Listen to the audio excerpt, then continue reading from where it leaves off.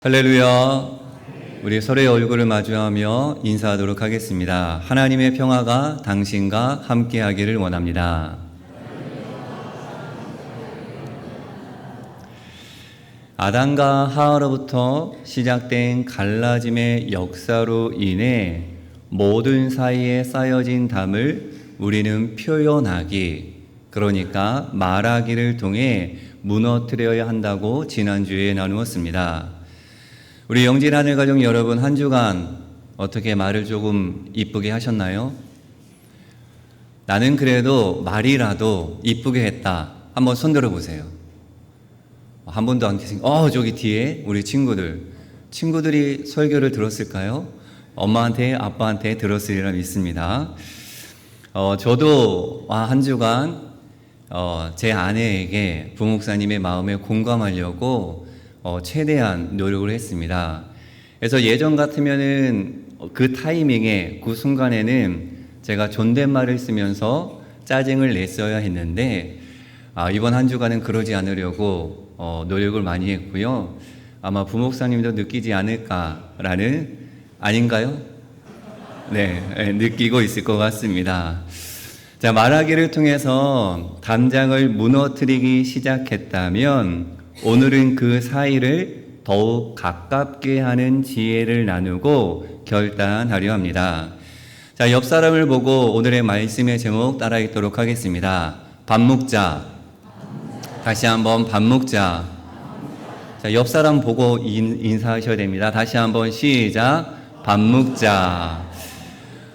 저는 관계가 깊어지는 자리, 밥 먹자라고 그렇게 제목을 정해보았습니다. 밥 먹자, 밥 한번 먹자라는 우리 민족의 특별한 인사가 있습니다. 아무 뜻 없이 그저 형식적으로 표현하기도 하지만 때론 이 표현 한마디가 홀로 있는 이들에게는 반갑고 허전함마저 달래주는 표현, 밥 한번 먹자입니다. 이 밥 한번 먹자가 진심이라면 여기에는 좀 더 가까이 지내고 싶은 마음이 담겨 있습니다. 우리는 다른 자리보다 먹고 마시는 식탁의 자리에서 서로의 마음을 더 깊이 경험할 수 있기 때문입니다. 먹는다라는 것은 단지 생물학적 욕구, 이 미적 감각을 충족시키는 데 그치지 않고 그 이상의 사회적 의미를 지니고 있습니다. 즉, 진심이 담긴, 그러니까 마음이 담긴 밥 먹자, 밥 한번 먹자라는 표현에는 관계를 형성하자라는 마음의 표현이요, 그 형성된 관계를 계속 이어가고 싶다, 관계를 더욱 깊이 맺어가고 싶다는 표현입니다. 함께 밥을 먹으며 소통하는 가운데 과거의 상처를 씻어내기도 하고 서로 격려하며 힘을 북돋아주며 내일을 희망으로 만들어 가기도 합니다. 꼭 밥 먹는 순간에 무언가가 이루어지지 않더라도 그냥 함께 얼굴을 맞대고 밥 먹는 것 자체가 정겹고 즐거움을 경험하게 합니다. 더욱이 사람 냄새에 묻어나는 밥 먹는 자리라면 그것만큼 사람의 마음을 푸근하고 넉넉하게 만드는 것이 없습니다.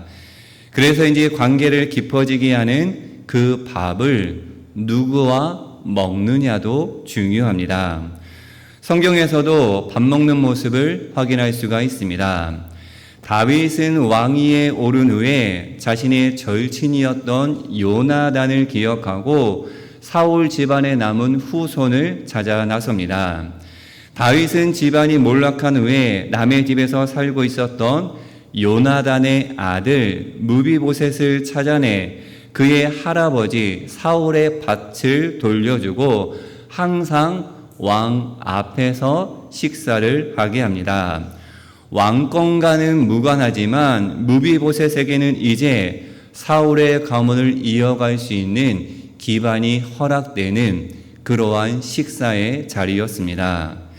열왕기하 마지막에 보면 1차 포로 때 잡혀간 여호야긴이 바벨론 왕 앞에서 식사를 하게 되었다는 기록으로 마무리됩니다. 우리 말씀 같이 읽어보도록 하겠습니다. 그 제수의 의복을 벗게 하고 그의 일평생에 항상 왕의 앞에서 양식을 먹게 하였고. 아멘. 왕 앞에서 식사를 한다라는 모습, 이 하는 모습은 유다 왕 여호와긴의 신분이 회복되었다라는 사실을 드러내고 있습니다. 이는 바벨론으로 폴포로로 끌려갔던 이스라엘의 기한과 재건을 알리는 이스라엘의 역사에 있어서 아주 중요한 밥 먹는 자리입니다. 출애굽기에 보면 아주 특별한 밥 먹는 이야기가 등장합니다. 하나님께서 모세와 아론, 그의 아들들, 그리고 이스라엘의 장로들을 식탁에 초대합니다. 애굽에서 노예 생활하던 이스라엘 백성들을 출애굽시키신 하나님께서 이제 사랑하는 이 백성들과 새로운 관계를 맺고자 하시는 초대입니다. 이 식탁의 자리는 하나님이 이스라엘 백성의 구원자로 그들의 하나님이 되시고 이스라엘은 하나님께 구원받은 자들로 하나님의 백성이 되는, 그러니까 하나님과 이스라엘 백성들과의 관계가 깊어지는 자리였습니다. 이 관계는 하나님께서 그들에게 십계명을 주시고 이스라엘 백성들은 그 계명을 지키는 언약의 관계로 구체화됩니다. 이스라엘 백성들에게 십계명, 율법은 하나님께서 허락하시는 은혜의 선물인가 동시에 하나님과의 관계를 계속 이어가며 관계를 깊게 형성할 수 있는 축복의 통로였던 것입니다. 즉 출애굽의 은혜를 경험한 이스라엘과 관계를 계속 이어가고 싶으신 하나님의 초대에 이들은 응답하였고 비로소 하나님과 이스라엘 사이에 계약 관계가 이루어진 것입니다. 이 자리를 이것을 확정하고 기념하는 자리가 바로 하나님께서 초청하여 이스라엘과 함께 밥 먹는 자리입니다. 이 자리는 창조주 하나님께서 친히 인간과 계약 상대자가 될 만큼 스스로를 낮추신 은총의 자리요, 그들을 향한 하나님의 사랑을 확인할 수 있는 은혜의 자리입니다. 그래서인지 이후 이스라엘 백성들에게는 여호와 하나님이 아닌 다른 신들이 초대한 식탁에 앉는 것조차 금지되었습니다. 오늘 함께 읽은 본문에서도 비슷한 흐름의 먹는 이야기가 등장합니다. 본문 말씀 함께 읽어보도록 하겠습니다. 여호와 하나님이 그 사람에게 명하여 이르시되 동산 각종 나무의 열매는 내가 임의로 먹되 선악을 알게 하는 나무의 열매는 먹지 말라. 내가 먹는 날에는 반드시 죽으리라 하시니라. 아멘. 먹는 것과 먹지 말아야 할 것을 정확히 구분해 주시면서 사랑하는 관계를 유지하고 싶으셨던 하나님의 마음입니다. 더욱이 먹지 말라는 것을 먹는 날에는 반드시 죽으리라 하시면서 신뢰 관계 속에서 이 관계를 유지하고 싶으셨습니다. 본문에 기록된 반드시 죽으리라, 여기서 죽음은 인간적인 죽음이 아니라 하나님과의 관계의 단절을 의미합니다. 즉 내가 그 열매를 먹으면 나와 관계가 끊어질 거야, 난 다시 너를 만나지 않을 거야 라는 하나님의 마음이 담긴 표현입니다. 하나님의 형상대로 창조하셔서 사랑을 나누는 관계로 깊어지고 싶으셨던 하나님의 마음이 반드시 죽으리라는 강력한 표현에 담겨 있었던 것입니다. 그런데 아담과 하와는 하나님의 이런 간절한 마음, 사랑의 마음을 외면한 채 선과 악을 알게 하는 나무의 열매를 먹어버립니다.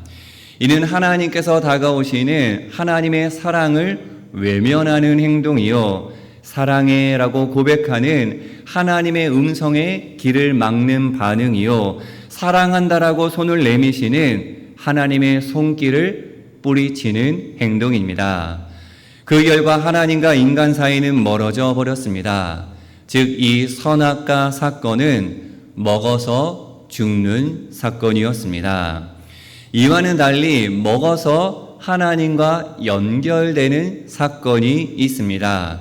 그것은 바로 성만찬입니다. 떡과 잔을 나누는 성만찬은 예수님의 죽음을 기념하는 의식입니다. 기념한다라는 것은 과거의 일 중 의미 있는 사건을 잊지 아니하고 마음에 간직한다라는 뜻입니다.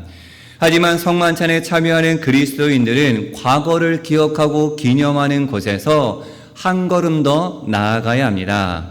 과거를 기억하며 현재를 더 가치 있게, 그리고 다가올 내일에 예수님을 만난다는 소망으로 나아가야 합니다.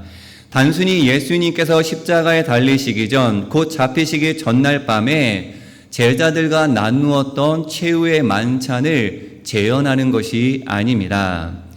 예수님의 몸과 피를 의미하는 빵과 잔을 나누어 받아 먹음으로 예수님께서 이 땅에 살아내셨던 삶을 내가 닮아 살아내고자 결단하는 자리입니다. 즉 성만찬을 통해 예수님께서 이 땅에서 살아내셨던 행동과 말과 표정, 손짓, 발걸음 하나하나를 다시 한번 기억하며 그렇게 닮아가고자 하는 마음다짐과 변화가 시작되는 자리, 그 자리가 바로 성만찬입니다. 어느 목사님께서는 성만찬을 이렇게 표현합니다. 같이 한번 읽겠습니다. 성만찬은 행동을 낳는 기억이다. 예수님을 기억해내며 실천하는 구체적인 삶의 변화가 시작되는 거룩한 현장이 바로 이 성만찬이라고 고백하고 있습니다. 우리를 위해 십자가에 달려 죽으시고 3일 만에 부활하시어 그리고 승천하시며 하나님의 우편에 계신 예수님께서는 성령으로 지금 우리와 함께 계십니다. 더불어 성만찬, 먹는 자리를 통해 우리에게 직접 다가오십니다. 이 성만찬은 2000년 전 과거의 일을 오늘의 사건으로 고백하는 자리이며 나아가 다시 오실 예수님을 기대하며 내일을 열어가는 은혜의 자리입니다. 그래서 성만찬을 이렇게 표현할 수가 있습니다. 함께 읽어보겠습니다. 성만찬은 과거와 미래가 만나는 현재. 그러니까 과거 예수님의 십자가 부활이 지금 이 성만찬을 통해 우리와 만나고 또한 부활, 다시 오실 예수님을 바라보며 소망으로 내일을 열어가는, 그러니까 성만찬은 과거, 현재, 미래가 모두가 담겨져 있는 은혜의 자리임을 우리가 기억해야 합니다.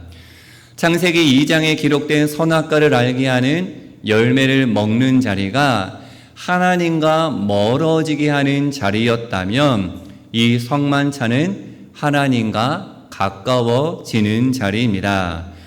좋고 나쁜 것을 아는 나무의 열매를 먹음으로써 하나님과 함께했던 동산에서 동산 밖으로 삶의 자리가 이탈되었다면 이제는 성만찬의 떡과 포도주를 나누어 먹음으로써 동산 밖에 있던 우리의 삶이 동산 안으로 들어오게 되는 은혜의 사건입니다. 그래서 성만찬은 먹어서 사는 사건이라고 표현할 수가 있습니다. 우리 교회에서는 1년에 10번 정도 성만찬을 거행합니다. 교회력에 따라 절기가 시작되는 첫 주일에 그리고 특별 절기에 성만찬을 준비하여 거행합니다. 성만찬은 우리를 향해 하나님께서 이렇게 말씀하시는 자리입니다. 사랑하는 딸아, 사랑하는 아들아, 밥 한번 먹자, 밥 먹자 라고 우리에게 말씀을 해 오시는 자리입니다. 그러니까 이 자리는 하나님께서 우리와 더욱 깊은 관계를 이루고 싶으신 그러한 은혜의 자리임을 우리가 놓치지 말아야 합니다. 영진의 하늘 가족 여러분, 우리가 참여하는 이 성만찬이 과거 예수님을 기억하고 미래에 다시 오실 예수님을 기대하며 오늘을 살아내겠다라고 고백하는 자리임을 기억하길 축복합니다. 진실된 마음으로 여러분들이 이 식탁에 참여함으로 그저 형식적으로 빵과 잔을 받아 마시는 것이 아니라 이 자리를 통해서 예수님의 삶을 기억하며 하나님과 더욱더 가까워지고 서로가 가까워질 수 있는 놀라운 역사가 일어나기를 축복합니다. 사랑하는 영진의 하늘 가족 여러분, 하나님께서는 저와 여러분과 가까워지기를 좋아하시는 분이십니다. 하나님께서 저와 여러분에게 이렇게 말씀하십니다. 사랑하는 딸아, 사랑하는 아들아, 같이 와서 밥 한번 먹자라고 은혜의 자리에 초대할 때 아멘하고 응답하며 하나님과 더욱더 가까워질 수 있는 저와 여러분의 믿음이 되기를 축복합니다. 성만찬 이 자리는 어제와 오늘 그리고 미래라는 모든 시간이 담겨 있습니다. 특별히 성만찬이라는 차려진 거룩한 식탁의 잔치를 통하여 예수님의 사랑을 기억하고 새롭게 인도하실 내일을 소망하며 진실된 마음으로 오늘을 살아갈 수 있기를 원합니다. 나아가 이 식탁의 자리에 우리만 참여하는 것이 아니라 많은 사람들을 초대하여 함께 사랑을 나누며 그들의 존재감을 회복시켜 줄 수 있기를 원합니다. 간절히 소망합니다. 밥 먹자, 밥 한번 먹자. 주 안에서 진실된 만남을 통해 우리 사이에 쌓여있는 담을 허물고 서로 가까워질 수 있는, 먼저는 하나님과 가까워질 수 있는 저와 여러분의 신앙, 그리고 남편과 아내와 가까워질 수 있는 사랑의 관계, 자녀와 가까워질 수 있는 사랑의 관계, 영진의 하늘 가족들과 가까워질 수 있는 사랑의 관계, 나아가 이웃들과 가까워질 수 있는 저와 여러분의 살아있는 사랑 넘치는 신앙 생활이 되기를 예수님의 이름으로 간절히 축원합니다. 함께 기도하겠습니다.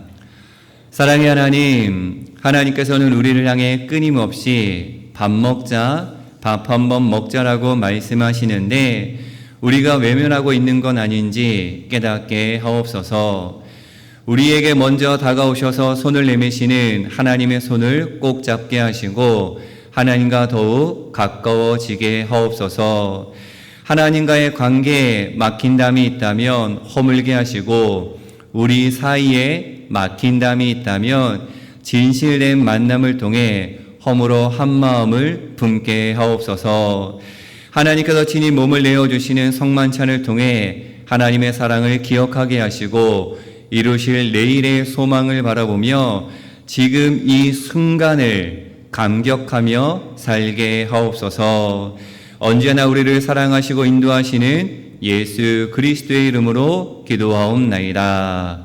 아멘.